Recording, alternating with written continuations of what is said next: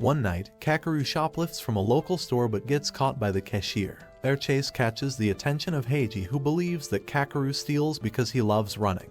In exchange for helping him escape, Heiji forces Kakeru to live with him and his roommates. The building is filled with incompatible men, but strangely they live together without complaining.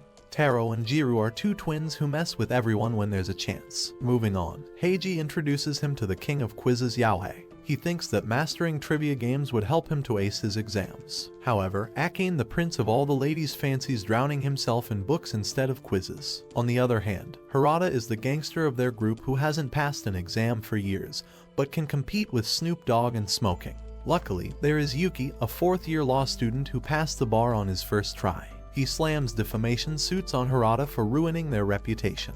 On top of that, their exchange student Musa introduces himself to Kakeru with everything in the open, forcing him to wonder if they're all nuts. As Kakeru settles in his room, Heiji tells the landlord and their coach Tazaki that they have 10 boys. That means he won the bet and can now follow his dream without the coach's intervention. Later that night, the boys throw a welcome party for Kakeru, but it's another excuse for them to drink and lounge around. While everyone minds their own business, Harada asks Kakeru about his meeting with Heiji. Yet, before he can speak, the boys burst the party poppers to begin their party. Since now they have 10 people in the dorm, everyone thinks they should plan a trip in the countryside. However, Heiji catches their attention, claiming the 10 of them should enter the Hakone Ekiden.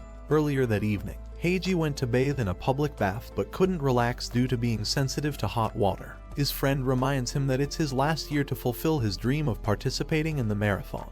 Luckily, he has 9 members and just needs one more. While wishing to find the perfect runner, he comes across Kakeru running from the convenience store cashier. He immediately follows him to ask if he loves running.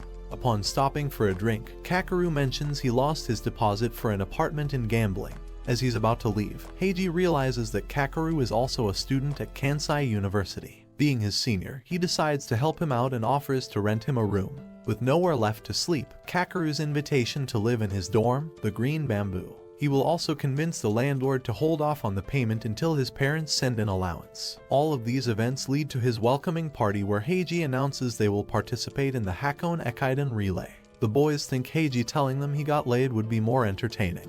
However, Heiji claims that he's dead serious. To prove his point, he shows everyone the board outside their dorm building with Kansai University Tracking Club written on it. Turns out, everyone living at the Green Bamboo is part of the club. At that moment, everyone hires Yuki as their lawyer to slam Heiji with a civil rights suit. Unfortunately, he reminds them that using that living in the dorms for multiple years proves they were part of the club. Plus, they have been paying $300 for rent and food, which is unheard of in this era. While everyone looks for ways to off Heiji, the newbie asks if the club is registered with the Trekking Federation. Aside from that, he wants to know who their coach is. One by one, Heiji answers his questions and reveals that their landlord Tazaki is the coach. He's one of the biggest names in Japan's trekking history. Despite being coached by the best names in history, Kakeru thinks it will be impossible for them to win the Hakone Ekiden. At dawn, Kakeru finds Heiji jogging with his dog. As they converse, Heiji tells him that his high school injury is going to heal in 6 months. It will allow him to run at Kakeru's pace and compete in the relay. He will also convince the others and Kakeru Kirihara, a graduate of Sendai Josai High School, to enter the race by evening. Kakeru is shocked that Heiji knows about his past career as a trekker. Despite him asking, Heiji keeps his sources a secret and tells him to return for breakfast. Unlike before, Heiji cooks a lavish meal that none of them have eaten. Yet, they are smart enough to be quiet and be thankful. Eventually, Heiji brings up the Hakone Ekiden, saying they can win if everyone puts their mind to it. However, Kakeru believes that it is an unrealistic dream to say the least. He knows that various universities work tirelessly on their trekking team throughout the year. Still, they can't manage to create the perfect 10-man team for the relay. The teams who do participate have crazy funds behind them. Yet, even after Kakeru's brutal opinion, Heiji insists they can work towards becoming the team that can win the relay. He reveals that Harada and Yuki have experience in trekking.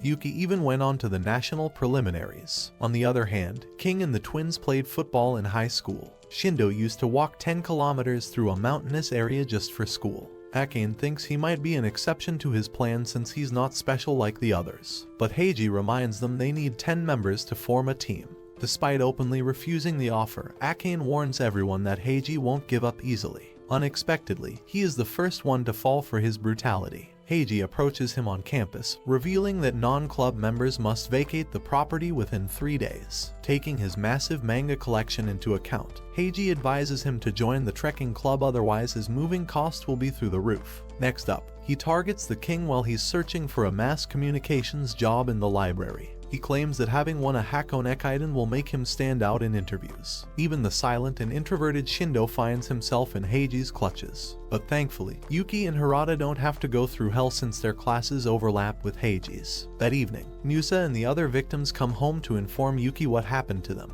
Unexpectedly, Heiji went to Musa's part-time job and blackmailed him into joining the trekking club. Yuki understands his situation but can't believe that King and Shindo would succumb to Heiji's nonsense. The worst of them are the twins, who agreed to join in hopes of getting laid in a 3-way. As he spanks the living shit out of both, they hear Akane's scream from the bath. He jumped in the water, not realizing it's cold. Without hot water, the boys are forced to hit the nearby public baths before sundown. During this time, Harada finds Kakeru with his bag, preparing to leave before Heiji convinces him to join the club. Unbeknownst to everyone, Harada secretly wants to join the relay but thinks his black lungs would stop him from running again. Just as Kakeru is about to express his feelings, the rest of the gang find them talking. After learning about the bath, Harada invites Kakeru for one final bath and dinner together before leaving the area. Unexpectedly, Heiji interrupts their bath, revealing he was the one who busted their bath. He wanted to gather everyone and introduce his new team to his bath friend. However, Kakeru claims his team isn't complete as he will leave after the bath. Yet, evil Heiji rubs salt on his wounds, reminding him he likes to run from everything in life. This prompts him to accept Heiji's challenge to see who can last longer in the bath, with the winner forcing the loser to accept their orders. 4 minutes into the challenge, Yuki feels Harada is slightly interested in Heiji's dream, so they make a bet of their own. The genius lawyer thinks the newbie will trash Heiji, but Harada believes that the stubborn fool won't lose to anyone. Unfortunately, none of them win, as Heiji and Kakeru choose to faint in the hot tub rather than losing. After exchanging cups of sake with the Prince of Darkness, Kakeru regains his consciousness in Harada's care. The oldest senior claims he's watched Heiji strive for his dream for 4 years. He thinks convincing him to give up is as impossible as Sakura being useful. However, Kakeru promises him that he'd show him the truth and make him abandon his dream. At dawn, Heiji gathers everyone outside the dorms and announces they will run 5 kilometers to the nearest river. As usual, the boys assume Heiji wants to kill them to save his lunch money, but Heiji assures them that a lavish breakfast is waiting for them after the run. While the boys argue with each other, Kakeru decides to take the lead and soar away. His speed intimidates everyone else, but Heiji advises them to take things at their own pace. It takes them hours, but the first to reach the river are the twins. Over time, all of the boys reach the river bank only to find Kakeru going back and forth for hours. As everyone gasps like your old grandma after a one-night stand, Kakeru tells Heiji that his so-called team can't even run 5 kilometers, let alone dream to win a race where each stretch is 20 kilometers. He reminds him that athletes train for 10 years to compete in the Hakone Ekiden, but their team expects to participate with only 10 months of training. Afterward, Heiji treats everyone to a lavish meal to keep them motivated. While they eat, he mentions that their goal is to run 5 kilometers in 15 minutes. Harada, being the senior, does the math and realizes that Heiji wants them to complete a lap in the same time it takes to cook ramen. However, he believes that a rigorous training regimen will allow them to run 5 kilometers in record time.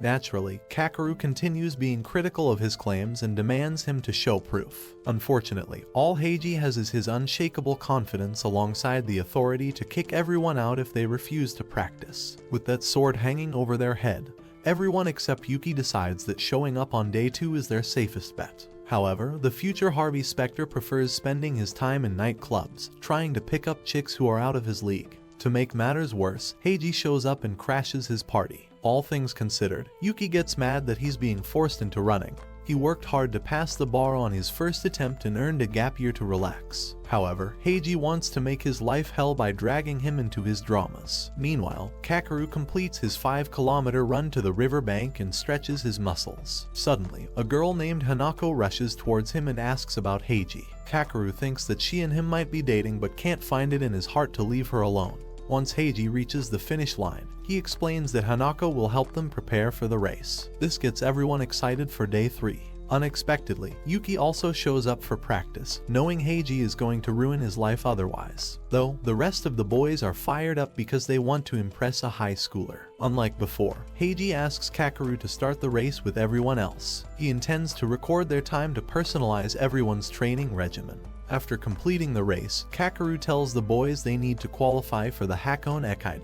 The qualifying race will have 10 teams, but the worst part is that each individual must have a personal best of running 5 kilometers in under 15 minutes or 10 kilometers in 30. He and Heiji being fast alone won't make a difference. Suddenly, Heiji arrives at the river bank with Ekiden. He convinces the twins that girls like Hanako will surround them if they enter the race. Despite everyone seeing through his schemes, Harada considers going alone with Heiji's plan. However, Kakeru still believes that Heiji's dreams are childish, so he aims to knock some sense into everyone. Later that day, Heiji visits Hanako's family store to appreciate her assistance. He explains that the boys needed motivation and a beautiful girl like her was his best hope. Meanwhile, Kakeru runs throughout the evening to figure out his plan regarding the Hakone Ekiden. Suddenly, one of his old classmates from Sendai Josei Sakaki bumps into him. He can't believe that the child prodigy has started to run again. This chance encounter reminds Kakeru of his trekking days in high school. Despite being a freshman, Kakeru's talent surpassed his peers. He won his first race during his freshman year and became the coach's favorite. From that day onward, the coach scolded the other boys, telling them to learn from Kakeru.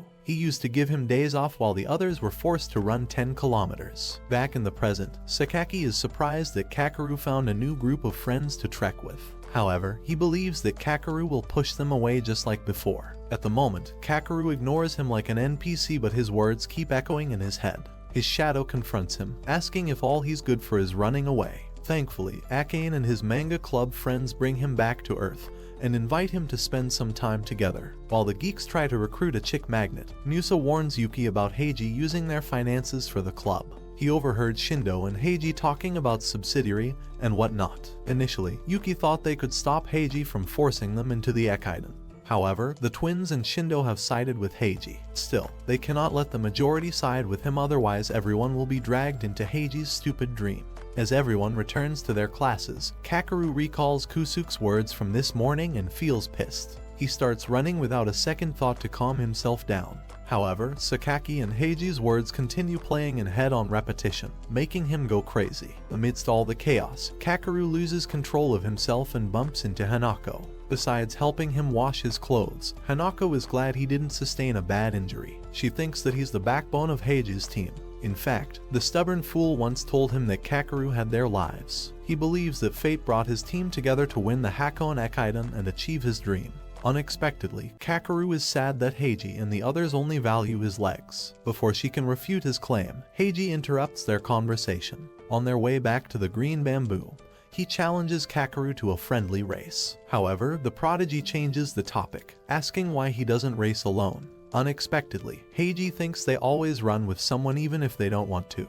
Heiji runs away, but his words strike deep in Kakeru's heart. After a few days, Heiji gathers everyone at the starting line, revealing that Hanako will be recording their time once again. Unlike before, Kakeru is forced to follow their lead, but it doesn't take him long to vanish from everyone's eyes. Unexpectedly, he finishes the 5-kilometer run in under 15 minutes. However, Sakaki the stalker can't believe he would hold back to make his teammates feel better. On second thoughts, he thinks Kakeru might have lost his ability to run after practicing with trash. At that moment, Kakeru loses his temper and tells him to leave. Sakaki asks if he's going to start throwing punches like before. Once the rest of the team arrives, Sakaki diverts his attention to them. He can't believe that Kakeru is wasting his time with athletes that run 5 kilometers in 35 minutes. Despite his insults, Heiji treats him like a rival, revealing they will meet on the trek inside his university. Naturally, Sakaki stands in confusion and wonders if his team is going to help arrange the event. However, Heiji jumps the gun, saying they will compete in the Hakone Ekiden in a few months. Sakaki immediately turns to Kakeru and asks if he's really such a fool to think that the Hakone Ekiden is a joke. Suddenly, Prince Ekiden tells them that he despises people who talk in terms of winners and losers. Furthermore, he wants Sakaki to acknowledge their individual strengths just like his roommates. This is why he accepted Heiji's dream and will race even if they will lose. As Sakaki is about to leave, Kakeru says he'll see him on the track. His statement declares war and motivates everyone to qualify for the Ekiden. Later that morning, the king dresses up to apply for jobs in a job fest. Wherever he turns, the billboards say that his opportunities are endless. Yet even after a long day, only one company reaches out to him. Meanwhile, he overhears the boys drinking upstairs and thinks they have it easy. Unbeknownst to him, the boys want to express how impressed they were with Prince's speech at dawn. Some of them even think that reading manga would increase their aura and chances to get laid. Suddenly, Shindo stands up in passion, revealing that he wants to shock his parents by participating in the Ekiden. However, now he wants to show Sekaki who's the boss at the upcoming meet. As they badmouth the stranger, Kakeru feels guilty and apologizes for dragging them into his mess. Harada jumps to his aid, telling everyone to take it easy on Kakeru's old friend. However, the twins refute his argument and claim that Kakeru is now their friend. Once everyone sobers up, the boys ask Heiji about the upcoming trekking meet at the Tokyo University. Heiji explains that meets are friendly competitions sponsored by universities to train their newbies or sports brands who scout talent. However, Kakeru suggests that these friendly races have a great effect on one's trekking career. For starters, each individual must run 5 kilometers in under 16 minutes and 30 seconds or 10 kilometers in 30. Otherwise, they won't be able to enter the qualifying race. For this to happen, Heiji decides to hold an after-hour training every day aside from their morning run. Yuki argues with his decision for the sake of not working out. However, King blatantly refuses, claiming he needs to attend a seminar. Later that night, Kakeru tells Heiji to hold off on the meet, as their teammates are new to running. But he wants to know if only the chosen one like them can run in this world. His goal is not to win the meet but to let them experience the harsh reality of life. While the boys complain about the training, Yuki enters Harada's room only to find the place filled with cheap dolls. Unexpectedly, Harada has been fighting his smoking urges by using fidgeting toys. Despite Harada's positive initiative, Yuki can't believe he's serious about following Heiji's plan. Additionally, he noticed that Harada was working late hours but still showed up at practice on time. However, the nicotine expert claims he's only running for the health benefits. After 5 in the evening, the boys engage in a relaxed run. Heiji explains they need to warm up before getting serious to avoid any major injuries. Once they are finished, their unofficial coach asks them to divide themselves in 2 groups. Each group will run a lap at a steady pace that suits their style. While the group excitedly follows Heiji's nonsense, Yuki asks Harada about the pleasures and reasons behind running. Despite being a lawyer, he can't find any arguments to why someone would travel multiple kilometers in a single day. But before Harada can answer, Heiji asks the second group to start running. After they finish their run, Heiji reveals he's going to add a build-up run in their training from tomorrow. Instead of keeping a steady pace, they will start slow and gradually speed up. As this sinks in, Yuki insists on learning Harada's reasons to run. Unexpectedly, running makes him feel clean.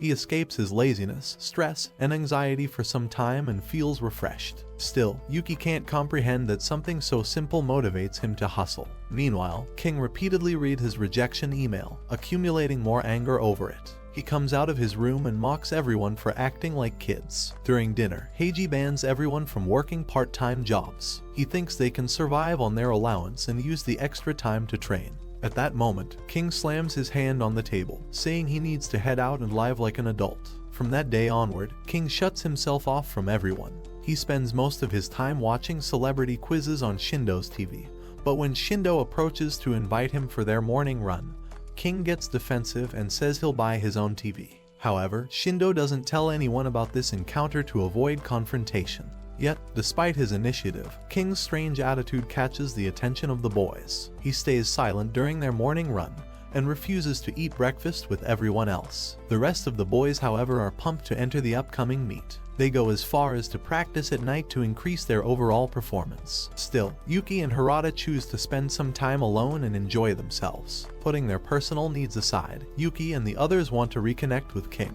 They assume that the job fest might be driving him crazy. Although finding jobs is tough, Yuki thinks that King is overwhelmed by failure. Still, the boys know that the problem won't be solved by itself. In addition to this, Shindo mentions their club is having a budget problem. Heiji thinks that their landlord could help them with money. However, the old man is a broker than them. He advises Heiji to get acknowledged by the university to receive funds and other perks. Yet, it's easier said than done. On the other hand, Kakeru finds Harada developing software to make ends meet. Naturally, he doesn't want Heiji to learn about his secret operations, but Kakeru is only interested in learning more about Heiji's past. Unexpectedly, Hirata reveals that something happened with Heiji, forcing him to stop trekking for the past 3 years. Even now, he keeps his pace at the minimum to heal his injuries. Still, he thinks that Heiji and Kakeru are on the same level, though his dream of entering the Ekiden is as childish as him graduating. Despite what everyone thinks, Heiji is serious about competing,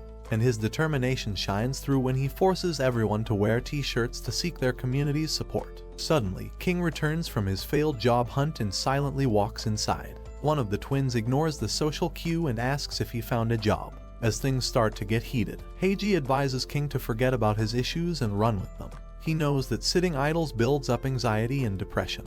However, King slams his t-shirt on the ground, telling him to mind his own business. Yet, deep down, King knows that Heiji's advice had merit. He tries to vent his frustration with gambling, but all it does is empty his pockets. On his way back from the casino, King finds local store owners giving their contact information to the boys. They want to help them out with their funds as Heiji's reputation around town is very positive. After their practice run, the boys return to the green bamboo and share their experiences with the locals. The accumulation of funds allowed Heiji to initiate his next phase of training. Somehow, he found a natural trekking space 2 kilometers away from their house and wanted them to run there. Once the plan is finalized, Shindo goes to break the news to the king. However, he's still frustrated due to all the rejections. Moreover, he can't believe that the others would follow Heiji dreams like children chasing the candy. Instead of refuting him, Shindo agrees that Heiji forced him to run with the others. Yet, after a while, he realized that changing his perception about running would make things a lot easier. Little by little, Shindo embraced running and had fun doing it. If King can embrace the process of job hunting, then handling objections would get a lot easier as well. Unexpectedly, Shindo's pep talk is enough to get him back on his feet. In fact, King returns to practice wearing the lame shirt Heiji made. This shows his resolve, but King claims that he's running to make his CV stand out. That evening, everyone managed to beat their best time, including Prince. Despite the team coming together, Kakeru thinks that reaching the Ekiden is far-fetched. However, instead of arguing on old topics, Kakeru asks Heiji what running means to him. Unexpectedly, the great Heiji doesn't have a clue what running is all about. This is one of the reasons he forced everyone to go along with his dream. Whatever the reason may be, it is clear that Heiji's passion draws everyone in. The team continues to train day and night for the upcoming meet. And on the day of the competition, Heiji surprises everyone with his driving skills. Yuki and the others ask if someone in their group can drive. However, only Heiji is the true adult. Yet, his women-like driving skills make everyone experience motion sickness. While some of them are recovering from the horror of their trip, Heiji goes inside to get them registered. Suddenly, Sakaki finds them using the bushes as plastic bags. He claims that all they are good for is watching from the sidelines. Despite their having a relationship, Kakeru steps forward to defend his team. But luckily, Heiji returns before Kakeru throws the first sucker punch. As he's about to say something, Kazuma calls him out from behind. He is glad to see him fully recovered and competing. Seeing Kazuma's frankness with Heiji tells Sakaki that he's a big fish, hence they refrain from making any more comments. After changing into their trekking uniforms, the twins start posting on Instagram. Yet not everyone is as comfortable as them. Akane reads his favorite manga to get hyped while the others shake with nervousness. Still, they stand at the finish line for Heiji's sake. Once the race begins, multiple runners bump into Kansai's team, making them realize that trekking isn't child's play. In the meantime, Heiji and Kakeru take a substantial lead with the more experienced schools. However, Kazuma and Manas are the only runners to fight for the leading position. Eventually, they move outside of the crowd and take the lead. Kazuma saves his stamina for the last lap, so he maintains second position by sticking to a uniform pace. Unexpectedly, this inspires Kakeru to get serious and go for the lead. It takes him a few laps, but Kakeru catches up to them. Seeing him move forward sparks a fire in Heiji. But unfortunately, his knee injury stops him from increasing his pace. Nonetheless, the sight of Kakeru taking the lead shocks everyone watching, as Kansai University's trekking club was unheard of before today. However, rumors about them being misfits start spreading as Prince demonstrates his unique style of trekking. One of the officials takes pity on his health and offers him a drink. But the mighty Prince claims that he always runs like this. Despite what everyone speculates, Kakeru keeps in mind in the race to catch up with the lead runners. Up first, he steals the second position from Kazuma. This gives him a boost of confidence to face off against Manas. However, the judges and commentators claim that Kakeru is rushing into this. They believe that exhausting himself in the second last lap would prove fatal. Although Kakeru has a lot of experience on the track, his nerves cloud his judgment. Initially, he passes Mona's and secures the lead. But as soon as the last lap begins, Mona's kicks into another gear to fight for first place. Kakeru tries to force his legs to keep with Mona's. Unfortunately, he seems to be on a whole other level. While the audience is fixated on their battle, Kazuma turns on his beast mood, surpassing both Kakeru and Mona's in mere minutes. Throughout the race, the underdog tries to fight and win the race. However, he already exhausted himself in the second last lap. Ultimately, Kazuma wins the race with Mona's and Kakeru following suit. Kazuma, the 3-time Ekiden win, is impressed by Kakeru's performance. It gives him an idea as to why Heiji decided to compete again.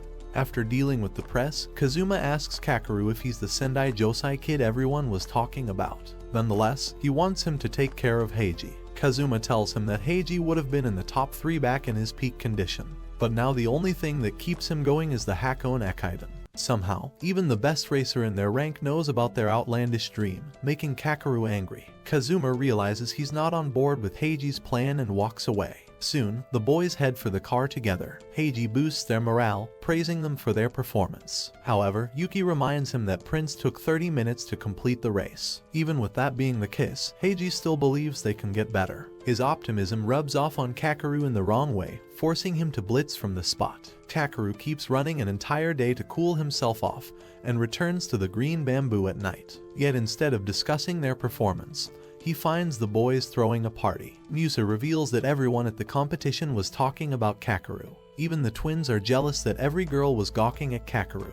However, this praise doesn't mean shit to Kakeru. He shuts everyone down, reminding them how badly they performed at the race. The boys, however, claim they were about to have an after-race discussion but then decided that a few drinks wouldn't hurt. Heiji also reveals they'll be training extra hard for the upcoming meet. Naturally, Kakeru's frustration over his loss suggests they should start training now. However, King and the others think they have earned a day off. Hearing them take the Ekiden so lightly pisses the hell out of the prodigy. Later that night, Harada goes to Kakeru's room to ensure he understands everyone's mindset going into the race. Despite knowing they need to work harder, Harada approaches the situation with a bit of care. He thinks that Kakeru should not judge them by his standards. However, the underdog is frustrated at himself more than his teammates. At that moment, Harada unexpectedly asks Kakeru for advice on how to shed his fat. Today's race made him realize that his body weight is not fit for the sport. Yet, he's serious about participating in the Ekiden. Kakeru, before giving him his opinion, asks Harada about quitting the trekking club in high school.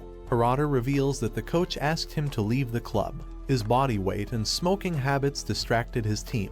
However, that decision didn't sit right with him. At the time, Harada felt liberated, but after seeing Kakeru's performance against the top runners reignited his flames. The following morning, Kakeru and Harada start taking the morning run at their own pace. His goal is to maintain his pacing while Harada intends to lose weight. Aside from these two, the weakest link of their team is also motivated to train hard. He intends to buy a treadmill that will allow him to read manga while running.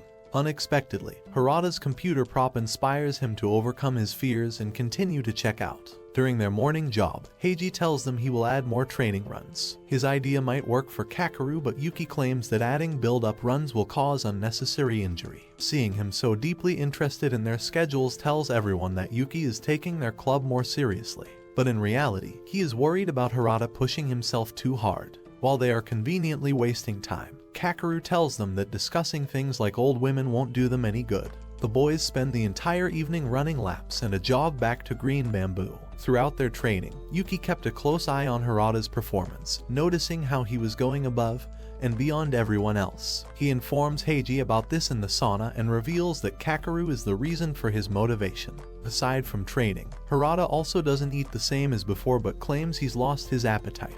On the other hand, Kakeru goes outside for his late-night jog and finds Heiji suited up as well. Despite his ambition, the prodigy thinks that relaxing his muscles is also an important part of training. His frustration continues to deepen, especially when the team slacks off their training. The boys don't even let him rest with all the treadmill noise from Prince's room. This leaves Kakeru no choice but to train outside. Although everyone could feel Kakeru's attitude, he never laid off his frustration on anyone else until Hanako makes a small error in recording his time. Kakeru blasts down on her for not paying attention, but Heiji claims that his running time was the same as 2 weeks ago, suggesting that Hanako wasn't wrong. That night, Heiji tells Kakeru to meet him in the kitchen after everyone sleeps. He wants him to sit on the bench for the next meet due to his mental issues. Naturally, Kakeru disregards himself and blames everything on the boys. He thinks that they are slacking off. However, Heiji claims that speed is not the metric to measure their success. In his eyes, everyone has been giving their best. Suddenly, Prince enters the kitchen to get some water. He tries to stop the fight, but Kakeru decides to leave things as it is. In that moment, something comes to his mind and Kakeru tells Prince to quit the team if his next run isn't better than their last competition. Prince spends the entire night reading manga after being shaken up by Kakeru's ultimatum. He asks for the twins and Heiji's advice, but they don't have anything solid for him. The twins in fact can't believe that Kakeru would have his evil arc and become a villain. However, Heiji believes that his comment on Prince means he's serious about taking them to the Hakone Ekiden. In the end, they shouldn't judge a book by its cover and keep it a secret. As the twins leave, Prince opens up about his insecurities, wondering if he can record an official time on at their next competition.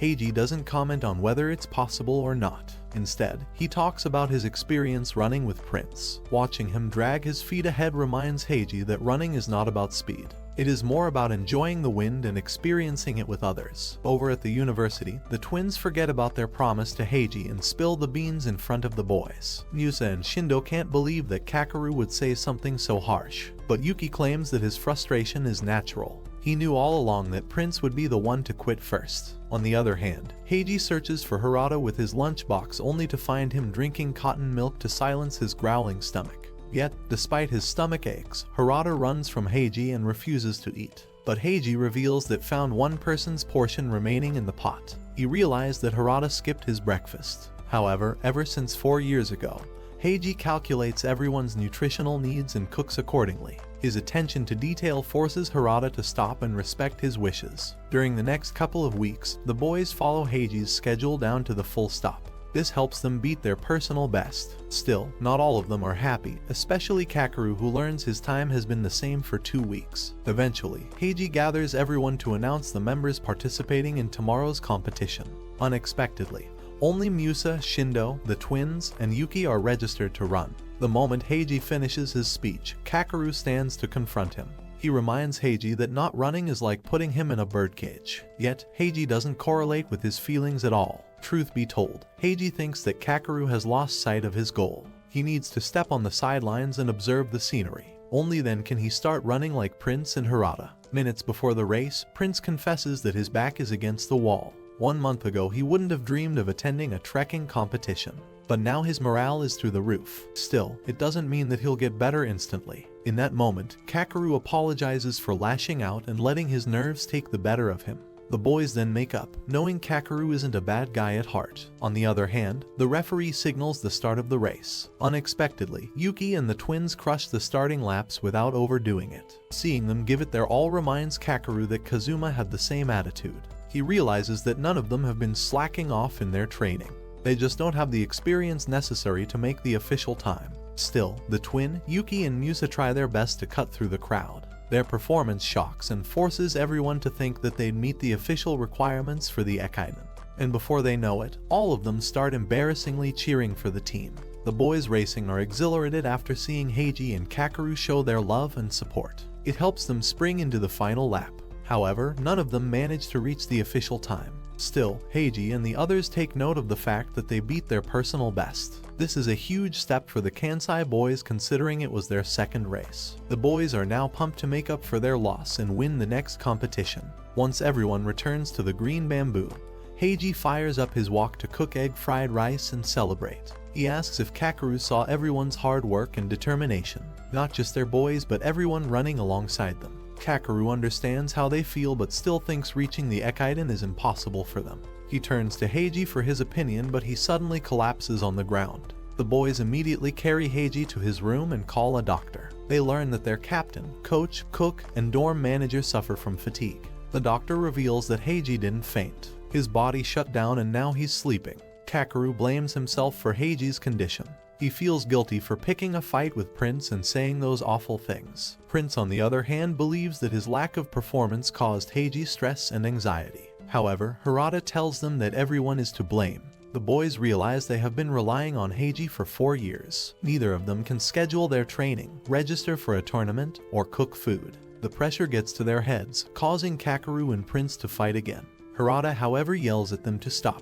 He thinks Prince should have acted like an upperclassman and handled the situation. But that doesn't mean Kakeru is better. He should understand that everyone is not as great at running as him. Still, despite all of their differences, the one thing the boys agree on is training constantly. Yet doing things without a captain proves to be difficult. Considering Harada is the oldest, the team decides to give him the role of captain. However, he dodges the responsibility and tries to pass it on to Yuki. The lawyer shamelessly refuses, reminding everyone he still thinks they won't make it to the Ekiden. This type of attitude is not what the group needs. Once their choices are exhausted, the boys skip King's turn to ask Kakeru for his help.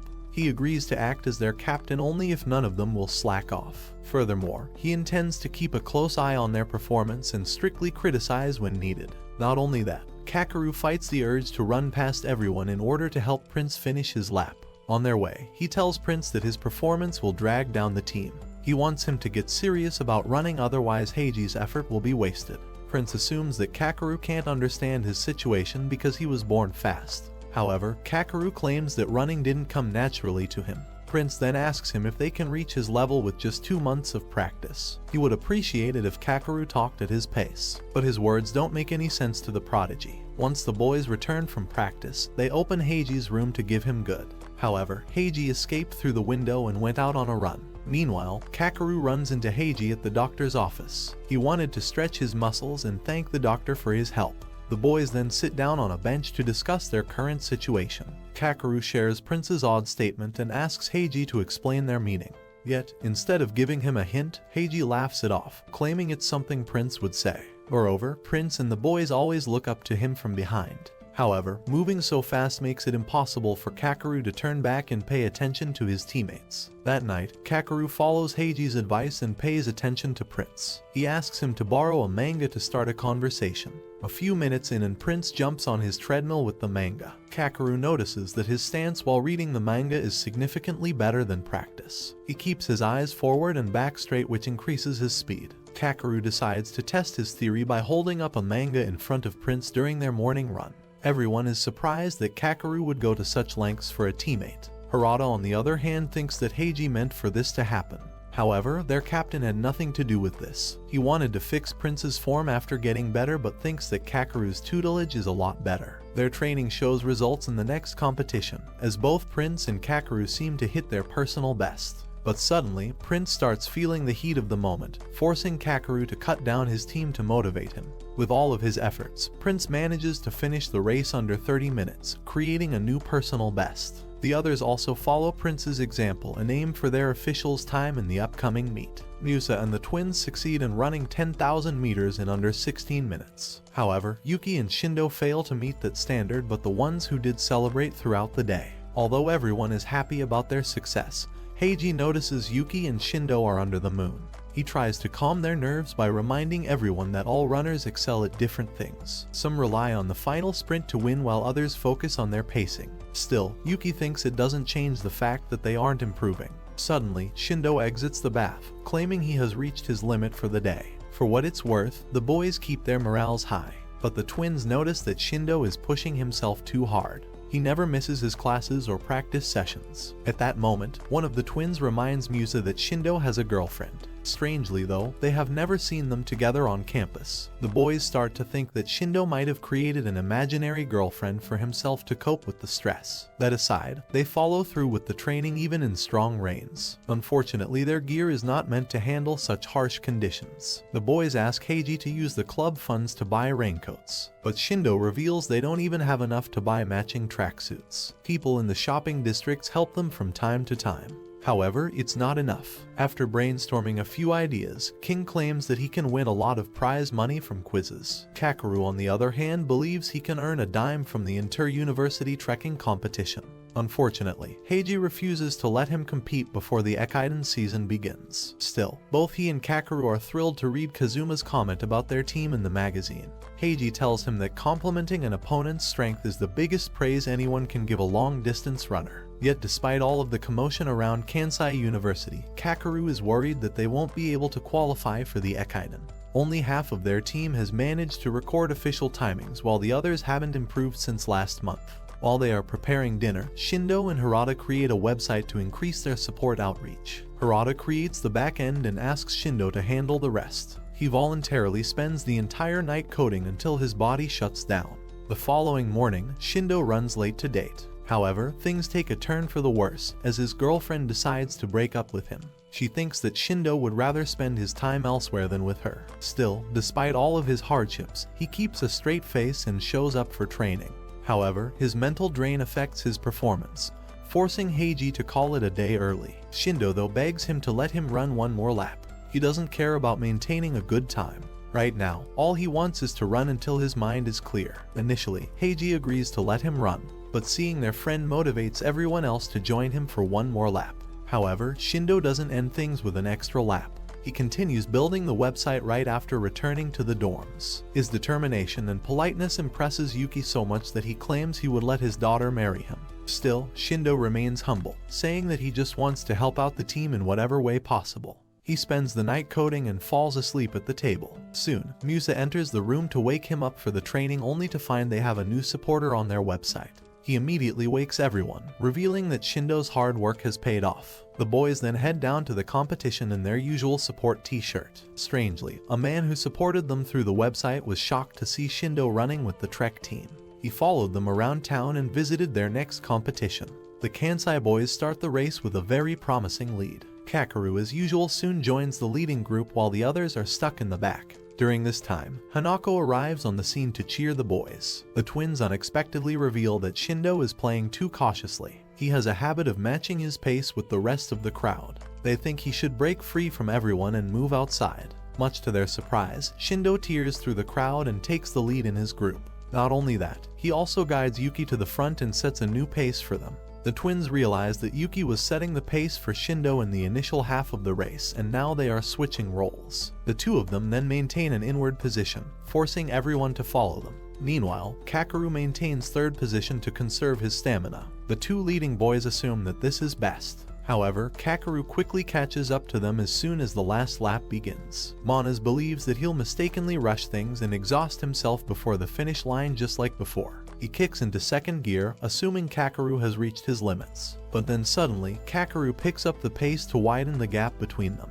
At that moment, he feels like running in an isolated space where no one will judge him. That flow allows him to record a personal best and finish in first place. Seconds after that, Heiji and Sakaki enter the last lap.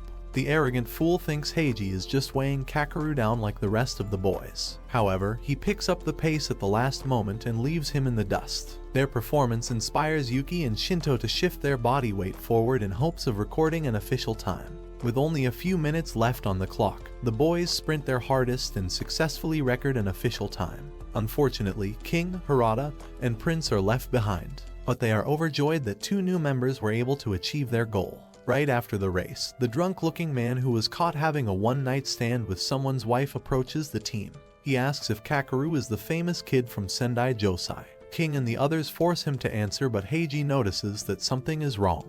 He tells the man that they need to meet up with the team to help Kakeru escape. Still, the man gives Kakeru his card in case he wants to get interviewed. Soon, everyone enjoys their summer break in the dorm with no air conditioning. The boys are almost at the edge of death, yet they can't get out of practice. The twins suggest they should visit a beach city to train on the sand. As they are wishing of swinging on the beach, Heiji barges in with good news. He reveals that people in the shopping district allowed them to use their vacation home in the mountains. They also gave them food for the entire trip. The only catch is they need to clean the entire place to make it habitable. While the boys are on cleaning duty, Heiji prepares curry with rice. However, he refuses to add the curry mix to the white rice unless they go out on a run. The boys complain but have no choice other than to follow Heiji to the lake. Their complaints and regrets vanish when they witness the beautiful sight of the sunset at the lake. Once the boys complete their practice run, Heiji takes out the curry mix to let them eat. Strangely, Kakeru notices that they are missing a few people.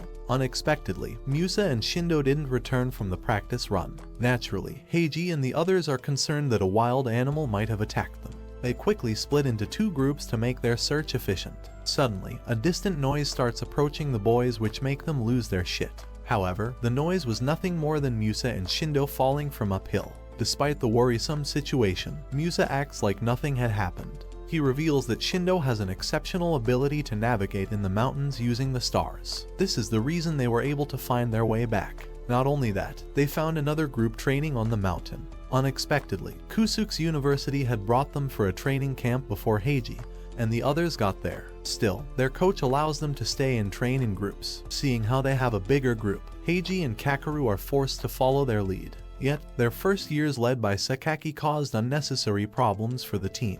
He wants to take revenge on Kakeru for something he did back in high school. Heiji tries to resolve the issue, but Sakaki gets angry, reminding Kakeru how he broke their team from the inside out. Initially, Kakeru bottles up his anger inside, but Kusuke's constant insults for Heiji and the boys make him go ballistic. However, the boys stop Kakeru from landing the first blow. Heiji reminds him that he's not alone anymore. He has friends that he can rely on, but Sakaki claims that he'll destroy his new friends from the inside. Still, Kakeru calms himself and steps back. Heiji then stands up on his behalf, reminding Sakaki they will participate in the Ekiden qualifiers while he'll be doing grunt work for the seniors. Eventually, Kakeru remembers his time at Sendai Josai High School. Their coach normally yells at his fellow club members to return to training. Unfortunately, none of the first years can record a better time even after 10 days of training.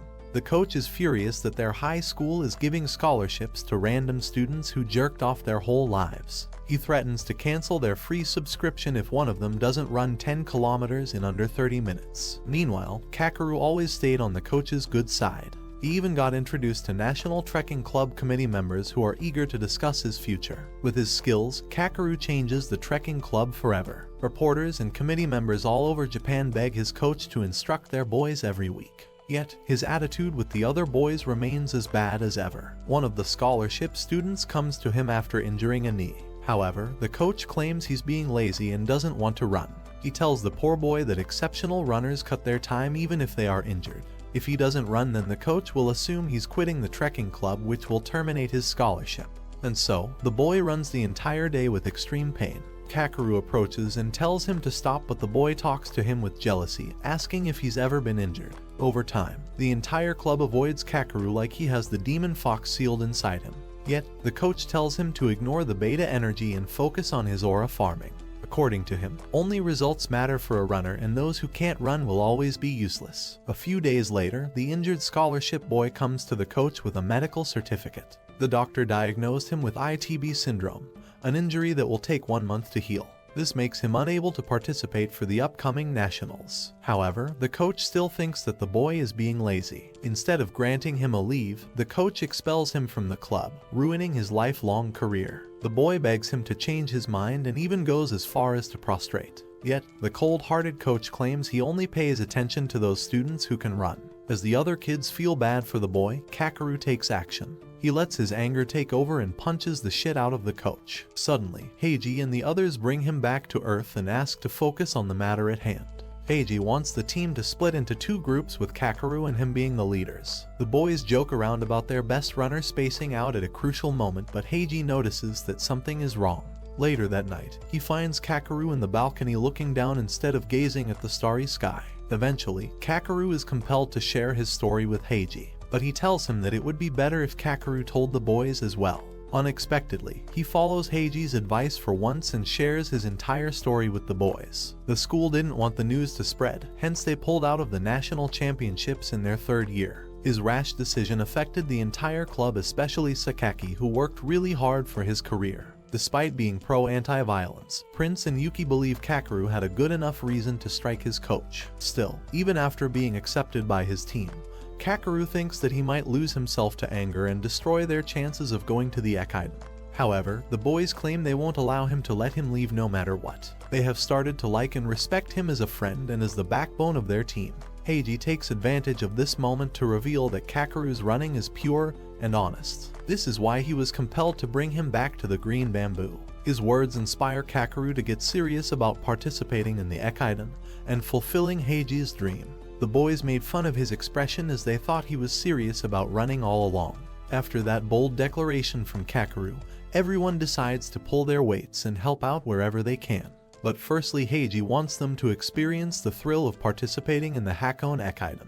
He shows them a well-edited hour-long documentary with all the information regarding the 120-kilometer courses. However, the boys fall asleep before the end. In the morning, King goes to an interview with his eye-catching tan. He tells the employers that he's currently preparing for the Ekiden. Meanwhile, Shindo outshines the boys on an uphill race. His childhood familiarity with the area helps him run with ease. As it turns out, each of the boys are good at their own thing. Shindo uses Musa photography to share their story and gain 30 supporters online. Yuki also contributes in collecting the funds by selling Harada's weird dolls that he uses to quit smoking. In fact, they have been selling hot cakes at the local store. Aside from that, Yuki utilizes his intellect to research trekking and its athletes. He wants to incorporate different scientific methods to increase the team's productivity and overall performance. His superior knowledge of the sport even puts Kakeru to shame. This was the reason Heiji wanted him to join them in the first place. All of their efforts don't go unnoticed by the shop owners in the shopping district. The butcher lady even goes as far as to give Kakeru extra meat for free. She wants them to become national stars and make them proud. Still, these side quests don't make them lose focus on what's important, and the team trains harder than before despite the heat of summer. Additionally, Hanako's father showers them with cold water every 10 minutes to cope with the sun. The entire day's practice runs exhaust the boys until they are about to fall. So, Heiji throws a bonfire party to keep up with the morales. He constantly mentions that their goal is to attend the Ekiden qualifiers and reach the peak of Hakone Mountain. Their determination rubs on Hanako and her dad. He feels ashamed of sitting on the sidelines and thawing water at their faces. But Hanako, on the other hand, is proud to be their manager. She even wants to join Kansai University after high school. On the last day of their training camp, Heiji asks everyone to climb the mountain to close their training camp on a positive note. Naturally, none of them are old enough to enjoy watching the scenery. Yet, standing on the top makes them feel warm and fuzzy inside. Everyone has their own theory as to why they are enjoying the view. However, Kakeru thinks that watching it together as a group makes it more special. Right after returning from the camp, the team participates in a competition to record their official times. At this point, only King, Harada, and Prince are the ones that haven't completed the 5,000-meter race in under 16.5 minutes. However, after the gruesome countryside training, the boys have increased their paces. Even Prince is not alone on the track like he used to be. Meanwhile, King and Harada successfully manage to finish the race with only 3 seconds left on the clown. Now, they shift their focus to Prince. Despite getting significantly faster, he can't complete the race within the required time. However, the boys constantly tell him he'll succeed in the next one. Yuki and Shindo even guide him during one competition. But still, he finishes in 17 minutes and 24 seconds. He cuts down his time in every race, yet it's not enough. With only 2 competitions left before the qualifiers, Prince pushes himself to the extreme. In addition to his practice runs, he tells Kakeru he's going out for a little while. Naturally, he offers to come with him, but Prince declines. Finally, they arrive at the last competition being held before the Ekiden qualifiers. Surprisingly, the lame-looking reporter Mochizuki finds Kazuma watching the race from the sidelines. He is fascinated by his interest in Kansai's team but believes they won't make it to the qualifiers. However, Kazuma and Heiji stand in silence, believing that Prince will successfully achieve his goal. Unlike before, Prince takes the initiative to move up in the ranks. He swiftly passes through the crowd while remembering his teammates' faces. He knows that everything relies on his efforts, so he decides to push himself to the extreme and keep moving forward. In the end, he manages to cross the finish line with more than 5 seconds remaining on the clock. Heiji notes everyone's official times to show it to their head coach. He's the one giving him coach advice from the start. Still, he never thought that Heiji would transform those novices into actual runners. In any case, he reminds Heiji that his back and legs have given out. However, his lifelong experience can help them a lot. Heiji reveals that he's focusing on training the boys for long-distance runs. Unfortunately, none of them have managed to run 10,000 kilometers in under 30 minutes. Yet they have completed the run despite being exhausted. Eventually, Heiji takes these results to the university and asks them for official funding. While they discuss certain matters, the boys buy a local newspaper only to find their club on the second page. As it turns out, Mochizuki convinced the boys to share their story throughout the city. Not only that, Shindo even mentions that a national TV channel who broadcasts the Ekiden qualifiers have approached him. They want to document and feature the team. However, Shindo didn't reply to them with a solid answer. He thinks that a camera looming over their head would be a distraction. The boys also have mixed feelings about the matter. King and the twins naturally want all the attention they can get while the others choose to remain silent. Yuki, on the other hand, thinks that Kakeru would be hesitant to appear on TV after the incident with his coach. But instead of asking him, he decides to keep his nose out of his business. The team continues to practice long-distance running and build-ups. Their end goal is to increase their stamina and speed. However, with days before the qualifiers, Heiji starts to second-guess himself. He asks Kakeru if he should have been stricter on the team and forced them to run more. His concerns and nerves are valid, but Kakeru reminds him that no one can force a person to run. Once his nerves are out of the picture, Heiji addresses everyone with a grand speech. He wants them to practice diligently and sharpen themselves. However, he doesn't want them to take any unnecessary risks. Other teams have 2 extra runners at their disposal while Kansai University is only working with 10. Still, having a few drinks 2 days before a big race doesn't hurt anyone. It also allows the boys to sit with their head coach and learn from his wisdom. As usual, Heiji puts him on the spot, forcing him to come up with a bullshit story. The boys argue that his words don't make sense, but Heiji believes that their coach's advice is the truth behind running. All they need to do is put their foot in front of the other and eventually they will reach their goal. On the morning of the race, Heiji informs everyone about their game plan.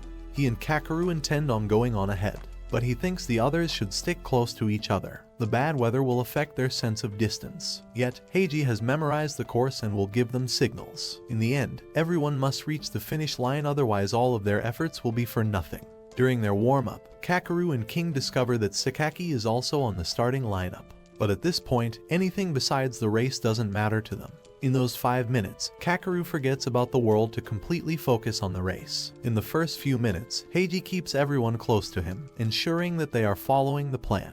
Once the first stretch arrives, he tells Kakeru to kick into second gear and move forward. In the meantime, he intends to act as a guiding post for everyone in the back. The only thing they can't do is track their time during the race. Unexpectedly, Hanako keeps up with the boys to help them out with the time. She tells Kakeru of what is happening behind him. Soon, the race is about to enter its second lap, but a runner suddenly twists his foot and falls. That runner falls exactly in front of Heiji, forcing him to put pressure on his injured knee and move around the man. For a moment, he falls behind due to the pain, yet his excitement helps him to push forward. In the meantime, the commentators reveal 581 members are participating in the qualifiers from over 49 universities. Every year the competition is tougher, and with the exceptional foreign students, the bar is higher than before. On the other hand, Hanako and the others worry after Heiji disappears from their sight. Still, Hanako's father believes that Heiji must be in the first cluster of runners. His words are proven true when the footage pulls up on the screen, revealing Heiji is minutes behind Kakeru. Once the race reaches its 10-kilometer mark, Heiji signals the boys behind him that they need to increase their pace. The boys follow the same pattern as Heiji to let everyone behind them know their distance. Heiji's main goal was to tell Prince that they are about to enter the final stretch. With that, some runners break away from the first cluster of runners to catch up to the lead. The commentators reveal that these two weren't able to perform during the last qualifiers, and so naturally, they want to prove themselves. However, suddenly, Kakeru unleashes his full speed and fights them head-on. The audience and commentators are left speechless watching a first-year keeping his own in front of seasoned runners. But Kakeru doesn't stop there. He swiftly runs past the two runners to challenge the black squad up ahead. During the last lap, Kakeru catches up to Iwenki in second place. Still, most of the audience thinks that Iwenki will pull ahead. Much to their surprise, the unexpected happens as Kakeru defeats the seasoned runner by an inch difference. Iwenki then slightly taps on his shoulder, acknowledging Kakeru as a serious competition. Although his race is finished, Kakeru tries to stay on the course to watch Heiji, but the staff tells them to stand in the open area. A few minutes later, Heiji and the others appear through the corner. The 20-meter race was exhausting and triggered his knee pain. Still, he pulls ahead of the other two and proves his resolve. Over time, everyone from Kansai University managed to cross the finish line. Even Prince, the slug, finishes the race in the top 200s. Still, everyone cannot help being anxious about the result. Yuki yells at the boys for not calculating their time. He believes that trekking is all about collecting data. However, Heiji claims they have barely touched the requirements of the qualifiers. Yet, despite all the speculation, they can do nothing but wait. Soon, the committee members announce the results of the race. The first 5 are the usual qualifiers of the race, with Tokyo University at the top. Unfortunately, Kansai doesn't make it in the top 7, which increases everyone's anxiety. As the announcers reveal the name of the 8th and 9th place, the boys start to lose all hope. But then in that moment, the members reveal that Kansai University ranked 10th, shocking everyone. Even the boys can't believe they actually managed to qualify for the race. But they are over the moon, especially Heiji, who knows his running days are numbered. The twins silently glance at the board with everyone's finishing time. Heiji and Kakeru don't pay much attention, thinking they are standing in disbelief. However, later that evening, the twins mention that the first-ranked team was 70 minutes faster than them. They want to know how fast are the teams who win the Ekiden and if they have any hopes of reaching the top. Their win at the qualifying round spread Kansai's name across town. Many new students get inspired to join the trekking club. They approach Harada, thinking he's the coach, to ask his permission. However, later he tells Heiji about their recent encounters with fans. He refuses to take any new members. He also posted outside of their dorms that the club is full. Firstly, the club room doesn't have any space for new members, but his main concern is that the recent fame will distract everyone from practice. He also tells Shindo to choose specific channels to publish their story and refuse any additional interview requests. Once these matters are dealt with, Heiji reveals they are going to Mount Hakone to inspect the track. There's no pro in the world that would run a race without seeing the entire course. The twins, however, reveal they can't join them on this trip. They are planning to play a friendly soccer match with their classmates. Naturally, Heiji tells them to cancel and find 2 substitutes. He believes they are not thinking about getting injured or being physically exhausted. But the winds burst out in anger, reminding everyone it's impossible for them to win the Ekiden no matter the training. Much to everyone's surprise, even Heiji thinks the twins have a point. Yet, he still wants to run in the Ekiden and learn the meaning of running. In the meantime, Harada and Yuki tell Kakeru to wash the dishes. They think he needs to control his anger and avoid jumping to violence. Despite the scene, everyone believes the twins will show up on the day they will leave. However, the twins leave them hanging and choose to play their football match. They are the first to reach the group after waking up early. This gives them time to think about their decision to leave the club. But soon, Kakeru comes running, telling them they are going to visit Mount Hakone. The twins try hard to run away from the field, but the boys wonder why they even tried running away from a national-level athlete. At the starting line, Heiji reveals that 21 racers will initiate the race with a stick in their hands. Their objective is to complete the section and pass the stick to their team's following player. This goes on until the race is finished. Though, the second section in particular is known for being harsh on runners. Still, athletes like Kazuma have performed superb and made a name for themselves. Heiji thinks that Kakeru will be going toe-to-toe with these athletes to etch his name into history. Later that evening, the boys unexpectedly ran into Sakaki in the parking lot. He apologizes for his behavior and insults at the training camp. However, he still feels bad for Kansai University for participating in the race with only 10 members. He reminds them they will be disqualified if one of them even catches a cold. Plus, his university's B team can beat their qualifying time, meaning there is no hope for winning. Unlike before, Kakeru and the others stay silent. Still, they are pissed that Heiji didn't stand up for them like before. After a brief moment of silence, he explains that Sakaki thinks of racing as competing with other athletes, but in his mind running is something that holds more meaning. Although they can't find out the true meaning behind the sport without racing in the Hakone Ekiden, the twins still don't understand what Heiji wants them to do. Hanako though believes that Heiji has a plan for everything. She has seen him work day and night for his dream for 4 years while the others have just trained for half a year. This helps motivate the twins and bring back their trust in Heiji's leadership. With the twins back on track, Kakeru tells Musa they must focus on practice. Still, it's hard for them to realize they can't win the Ekiden this year. During their conversation, a group of trekking fans mention that Kansai University is running with a foreign student for fan support. Unexpectedly, Kazuma overhears this and decides to step in. He was initially going to chat with Heiji before heading to his training camp in China, but the fans' comment caught his ear. Kazuma tells them their fans don't know a thing about running. They assume that competing for ranks is the sport's true nature. This is also one of the reasons why the Olympics get a huge viewership in comparison to the Ekiden. However, deep down, Kazuma believes that running is not about competing for ranks but fighting against oneself. They constantly want to prove their honor and code in front of their opponents in the crowd. Soon, the conversation shifts to Heiji and Kazuma's relationship. They attended the same high school and planned to stay together for university. Kazuma assumes that Heiji told them about his injury. He reveals that Heiji was a prodigy much like Kakeru, but he was injured during his first year in high school. After 2 years of rehab, Heiji started running, but his speed was nowhere close to what it was before. The coach and his doctors told him to be patient. However, Heiji decided to give up and join Kansai University. Kazuma discovers that Heiji never told them about his high school days and refuses to reveal anything more. The three of them wait for Heiji for hours, but he's nowhere to be found. Eventually, Kazuma leaves for the airport, promising Kakeru they will meet at the Ekiden. Later that night, Kakeru shares his conversation with Heiji. He finally understands why Heiji complimented Kazuma's strength. However, Heiji thinks Kakeru also has something inside him that can help him reach Kazuma's level. After a few days, Heiji registers everyone for a local tournament. The distance is the same as one section of the Ekiden. This will give the boys an idea of the race and the pleasure that comes with it. They will also get an insight into their physical condition. The marathon and practice runs throughout the year build up everyone's speed and stamina for the race. Eventually, with the new year's arrival, the boys prepare their mindset for the Ekiden.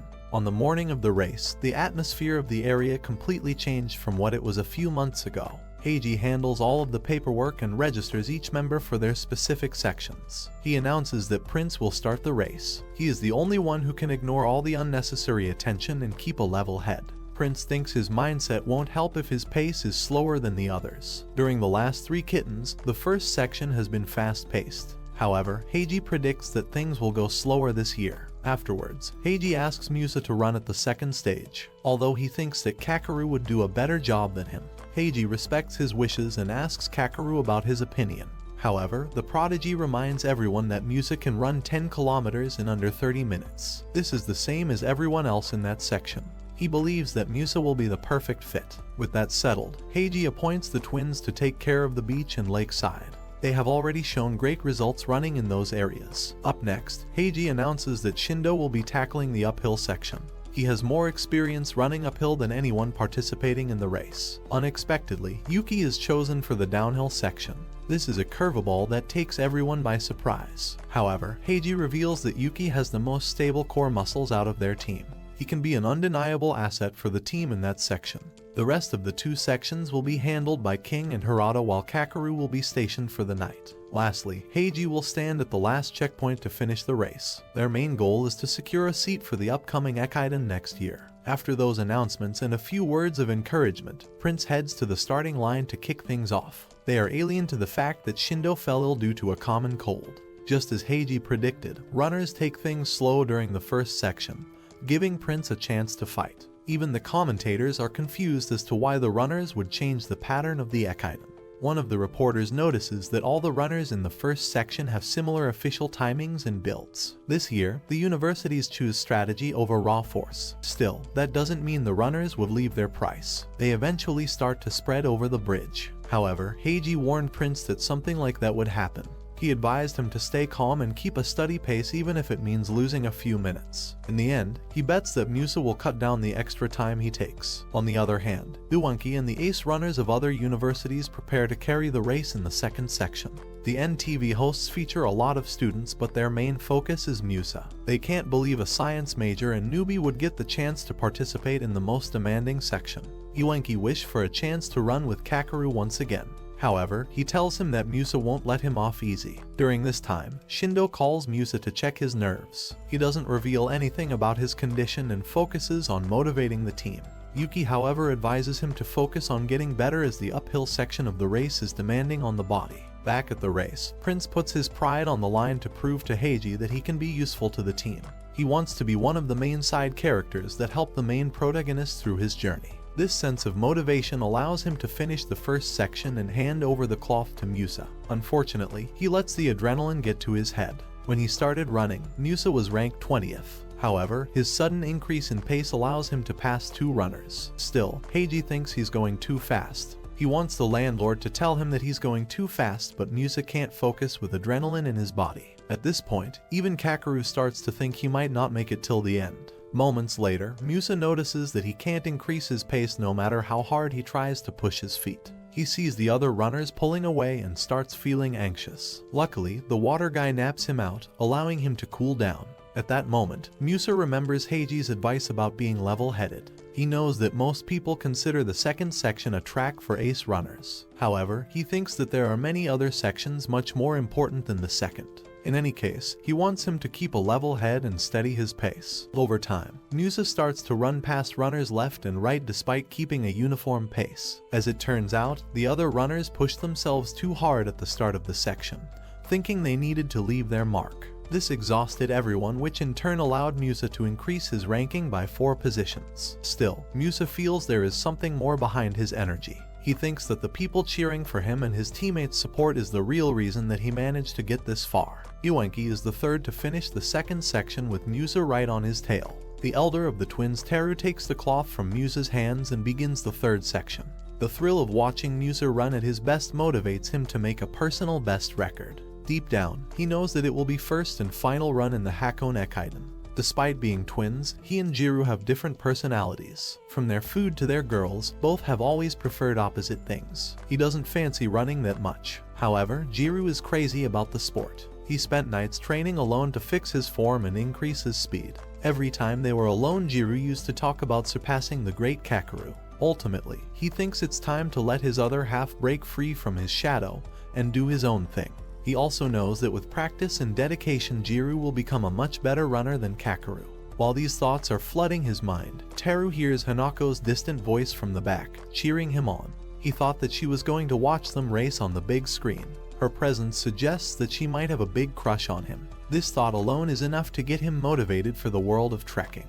With that, Teru finds chakra reserves in himself that he never knew existed. This allows him to pass 4 runners and secure the 10th position. The commentators and the audience are shocked that a novice team can rise to 10th from place for dead last. Teru, in all his excitement, fails to shut his mouth and tells Jiru that Hanako has a crush on him. Heiji immediately contacts Musa to get his thoughts on the matter. He reveals that Hanako definitely had a crush on one of the twins. Still, he didn't know which one she chose. Yuki and the others are pissed that Teru would say something without thinking it through. Meanwhile, Jiru instantly loses his entire aura and focuses on his brother's statement. The man even turns his head around to ask if Hanako said that to Teru's face. Luckily, Harada grabs the elder twin and pulls him away from the track before he blurts out more nonsense. Unfortunately, Jiru's brain was already far beyond recovery. He wonders if Hanako likes Teru as or more than a friend. Eventually, his jealousy clouds his concentration on the race. Jiru is now more concerned about Hanako liking him. He remembers that Hanako never mistook him and his brother for each other. She claimed that they have different charms and personalities. As the situation worsens, Kakeru tells the coach to give Jiru a message on his behalf. He tells Jiru to run faster than his brother if he likes Hanako that much. This eventually gets his head back in the game. Yet, regaining all of that lost time is almost impossible at this point. Still, Shindo prepares for his turn despite burning from fever. Even Heiji doesn't give him a cheesy speech, knowing that he is determined to finish the uphill section. However, Shindo can't even stand up straight, let alone climb the peak of Mount Hakone. Yuki advises him to quit, but Shindo refuses. Once Jiru hands him the cloth, he realizes that his lack of concentration messed things up. He was supposed to gain every second possible. Yet, his performance will put a bigger burden on Shindo. Unfortunately, the dizziness from the fever doesn't allow him to pick up the pace. With that, all of the advantage that Musa and Teru worked so hard for vanishes into thin air. In the end, Tazaki reminds Shindo that quitting at this point won't hurt his reputation. He has shown everyone running that he wanted to finish the section even with a fever. But now, he wants him to give up and values his health. In the meantime, the first runner crosses the finish line, making a new record. That's when Tazaki gets out of the car to ask Shindo to quit. This catches the attention of everyone watching the race. As the cameras turn to him, Shindo stops walking due to extreme exhaustion. His high fever makes him tremble. Yet, despite everything, he chooses to endure the pain. He tells Tazaki that everyone is waiting for him to finish. Once he says that, even the coach stops persuading him to stop. He and everyone watch closely as Shindo slowly completes the 20-kilometer section. But all of the exhaustion makes him faint at the end. Luckily, the one-day break between 5 sections allows the boys to tend to Shindo immediately. Kakeru even contacts his parents, assuring them that he's well taken care of. Although with this unfortunate situation they have fallen to last place. Kakeru thinks it won't be possible to get back. However, Tazaki tells him to think positively and focus on the race. Naturally, they don't want to waste all of Shindo's efforts, and so, Heiji tells them they can manage to make a comeback. Once everyone falls asleep, Heiji tells Kakeru about his journey. His father was a trek coach at his high school. He He never let him take a moment's rest during his harsh training regimen. Eventually, all that stress on his body eventually broke Heiji. He developed a knee injury that stopped him from running. Strangely, Heiji felt the urge to run again when it was forcefully taken away. However, his time around he wanted to run with others sharing the same dream. He didn't care how small or inexperienced his teammates might be. All he wanted was to run alongside them. This is the reason he dragged everybody into his dream. But seeing Shindo push himself to the brink makes him doubt his decision. That said, Kakeru is glad that Heiji guided him back to the right path. Without his help, he would have never gotten back on the track. In the end, he promises Heiji that everyone will run to the best of their ability. Though the race gets more difficult after an entire night of snow, Yuki pulls out all the research papers he can on running in the snow. Yet, his confidence is nowhere near the level of Kakeru and Heiji. There are multiple things that can go wrong while running wet, steep downhill areas. The injuries that can be sustained can ruin his life. Still, Shindo thinks he will be fine. He knows that Yuki has a strong core. The following morning, Tazaki reads the section announcements only to discover that Kakeru and Kazuma will be going head-to-head. However, they must focus on Yuki's placement first since they are at last of the pack. The official staff members send out each runner according to the time difference they achieved in the 5th session. The first racer gets an 11-minute head start while the racers from 15th to 20th are forced to start the race together. This doesn't mean they will resume the race at equal footing. Heiji reveals that each racer is 1 minute their peer. This means that all the racers starting at the end must calculate their precise time to challenge the leaders. This is also one of the reasons why he chose Yuki for the job. As expected, Yuki gets a strong start to everyone else and runs 5 kilometers in under 13 minutes. One of the twins is astonished by his pacing. However, Kakeru knows that it can threaten his life. He wants the coach to tell him to slow down, but the Golden Rickshaw tells him to have faith in their teammates. Meanwhile, back on the track, Yuki continues increasing his speed. He eventually averages a kilometer in under 3 minutes. This helps him enter a world that only runners like Kakeru and Kazuma have experience. For a brief moment, he wonders if he can eventually reach their level after a shit ton of practice. But then, he realizes that Kakeru might drift away into a place that's filled with loneliness. Although Kakeru has the affinity to handle such things, Yuki is just not cut out for it. As he thinks about slowing down a little, his mother, stepsister, and stepdad start to cheer him from the sidelines. He never knew that they were going to be at the race. Still, seeing them there brings back bittersweet memories. The day he decided to leave was when his mother told him about being remarried. However, looking back at it now, Yuki regrets his decision of leaving his mother behind. Now, the only thing he can do is run his hardest to honor his memory and friends. His courage on the downhill section shocked everyone watching. After handing out the cloth to Hirata, one of the twins tells him that he was only 2 seconds away from breaking the section record. Yet, deep down, he knows that he couldn't surpass those 2 seconds even in a lifetime. In the meantime, Hirata gets envious of other runners. He thinks that their sleek body gives them an edge over him in long-distance running.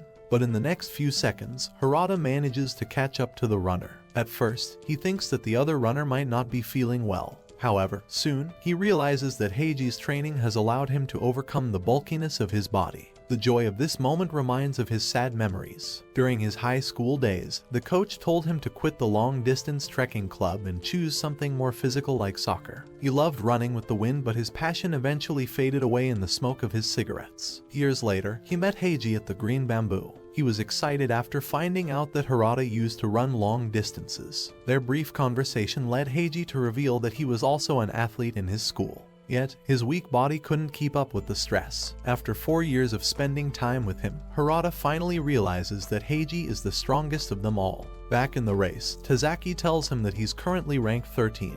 Unfortunately, upon adding the additional time from yesterday, his real ranking turns out to be 16th.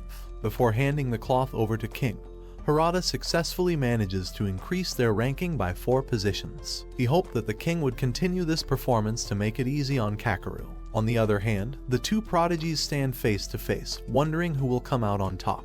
Kazuma reveals that he's going to establish a new section record and take back first place. However, Kakeru claims that he's going to break his record and steal his position within 10 minutes. Unfortunately, one of the twins reveals that King is struggling to keep up with the rest of the runners. Unlike before, not many people have ever noticed King despite his self-proclaimed title. His nerves get the better of him, making him lose his posture and speed. During this time, he remembers how awkward his first day was at Kansai University. He couldn't talk to anyone or even shake hands properly. Still, Heiji and Hirata welcomed him at the Green Bamboo. Initially, King believed that his university life would be filled with bitches and excitement. Yet, even after 4 years, nothing special happened. Eventually, he started blaming himself for being an eyesore. He thought that keeping his feelings bottled up inside is something that kings are good at. However, in truth, he was afraid of being judged and called different. Yet for some reason, Heiji always treated him like a normal person. Back in the race, the coach delivers Heiji's message for him, asking if he's ready for a quiz competition at the temple. This helps clear his head and fix his posture for the rest of the race. Unexpectedly, Heiji had predicted that the 8th section was one of the hardest in the entire race. He knows that runners will pass him eventually. Still, Heiji advised him to stay calm and keep a steady pace until the temple. At that point, all of his fears of being judged by others vanish. King reveals that running with his team makes him feel wanted, but at the same time, he can never be more alone. This allows his inner self to surface without hesitation and let loose for a few minutes. That is why the king loves running more than anything in the world. On the other hand, Heiji calls to inform Kakeru that Kazuma is making progress. He averaged out a kilometer under 3 minutes, while the leader from Basui University is also moving away. However, he thinks that Kakeru is the best race in the world, and he wants him to prove it in this race. Before hanging up the phone, Kakeru tells him to have faith in him as he will run his best. Meanwhile, Sakaki manages to secure 5th position for his team. Suddenly, he encounters Kakeru waiting for the king on the starting line of the 9th section. He tells Kakeru to give up, claiming Kansai has no future at the Ekiden. Kakeru tells him he doesn't care about the university. All he cares about is that Heiji is waiting for him at the 10th section. Soon, as the king comes into sight, Kakeru asks Jiru how it feels to fall in love. However, before he can answer, the king hands over the cloth to him. Still, before vanishing into thin air, Kakeru claims that he has fallen in love with running. After taking a few steps, everything around him starts to turn foggy. Kakeru's body feels light and he assumes that his pace is low. Yet, the camera and the audience focused on him suggests otherwise. Despite everything, he kicks into second gear and eventually passes the first group of runners. The commentators and everyone else feels that Kakeru's speed going downhill might obstruct his balance and stamina. Prince asks Heiji to inform the coach about this development. Yet, even after Kakeru approaches 5 kilometers, he chooses to remain silent. Heiji reveals that Kakeru is transcending into another dimension and disturbing him won't do any good.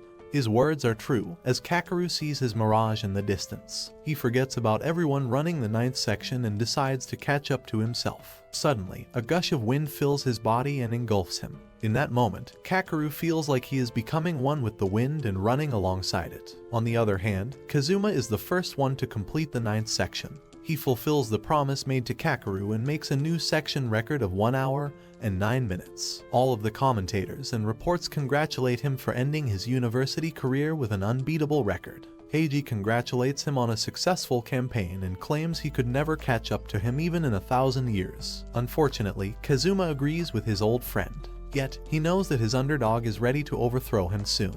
While this is happening, Kakeru continues accelerating even more. The bright light surrounding him makes it hard to see, but somehow his body just keeps moving on his own. All he can see is the white track underneath him with no physical goal in sight. Meanwhile, at the starting line of the 10th and final section, the official staff asks Heiji to stand in line. Prince knows that he has a habit of pushing himself too hard. He begs him to come back safely, but then realizes his words are meaningless. In the end, all he can tell Heiji is to run to his heart's content. Soon, Kakeru comes around the corner and sees Heiji. His white track leads him to the person who brought him back to trekking. Although Heiji is a bit jealous, as Kakeru is the dream he could never achieve. That night, Heiji knew that Kakeru would be the one to surpass everyone he's ever known.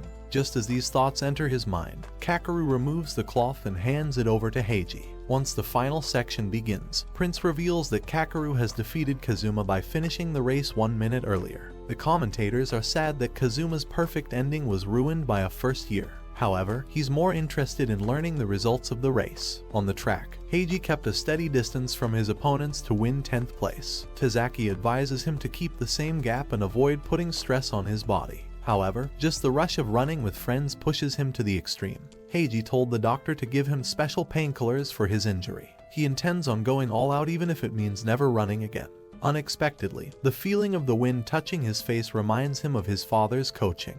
He was always strict on him, but after his injury, his father told him to be patient. Eventually, Heiji's thirst for trekking started to surface. That is when he promised the coach to build a 10-man team that will rule the Ekiden. Unbeknownst to him, his father listens through the radio and his son's performance makes him tremble with joy. However, due to his injury, the runners manage to catch up to him. Tazaki reveals that he needs 6 seconds more to secure 10th place, and with only 3 kilometers remaining, they need Heiji to pull out all the stops. In that crucial moment, Heiji disregards his knee and runs against the winds. The only thing he sees is his light standing for him behind the finish line. However, Kakeru believes that he is the true light that taught them about what it means to run. Seconds later, Heiji and Kansai University create history at the Hakone Ekiden by securing a spot for next year, although the price they paid for it was too high. Still, after 3 years everyone starts doing their own thing. Heiji finds a new team and becomes their coach, while the others also settle into their new jobs. Kakeru and the twins on the other hand create a new team and aim to win the Ekiden in their final year. That's it for today, my fellow men of culture. Like and subscribe the channel for more plot-filled recaps.